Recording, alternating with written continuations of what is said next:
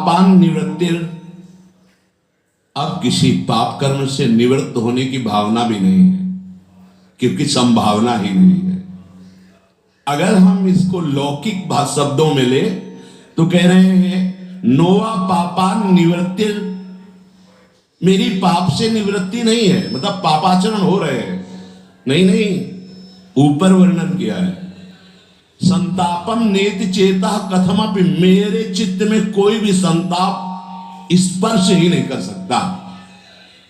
तो फिर ये काम क्रोध आदि पापाचरण कराने वाले, इनका प्रवेश कैसे हो सकता है?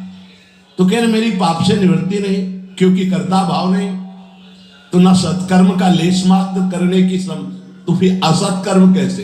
तो ना प्रवृत्ति ना निवृत्ति, ये स्थिति है। ना प्रवृत्ति है तो फिर निवृत्ति किससे? प्रवृत्ति से ही तो निवृत्ति होती है। ना सत्कर्म में लेश मात्र प्रवृत्ति है तो असत्कर्म में प्रवृत्ति कैसे हो जाएगी? जब असत्कर्म में प्रवृत्ति नहीं तो निवृत्ति का सवाल ही नहीं उठता। तो कह रहे हैं नोवा पापान निवृत्तिर, और न च हरिचरणाम भोज भक्ति छठे थी, जो हरि चरणों की भक्ति की छटा में डूबना चाहते हैं वो मेरे में लेस मात्र नहीं। कौन सी भक्ति? जब इस वृंदावन प्रेम रस की प्राप्ति की तो कह रहे न देवैर न ब्रह्माद्यैर न खलु हरि भक्तैर न सुहृदा दिभिर यद्वै राधा मधुपति रहस्यम सुविदितम।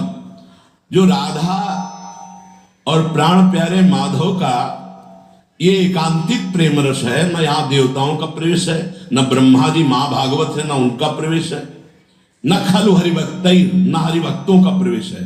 तभी कह रहे हैं कि हरि चरणाम्भोज भक्ति छटेति नच में, मेरे हृदय में हरि के चरणों की भक्ति का छटा लेथ मात्र भी नहीं। महाराज है क्या? बोले निश्चिंतो हम शयानहा, मैं प्यारी जू के गोरे चरणारविंद की छाया में अब निश्चिंत होकर शयन कर रहा हूं। किमपि न गणे दुखम अस्मिन् सुखम वा, अब न दुख का प्रवेश है मेरे हृदय में और न किसी लौकिक सुख का प्रवेश, मैं इनकी कोई गणना ही नहीं रखता हूं। आहा, क्या हो गया आपको?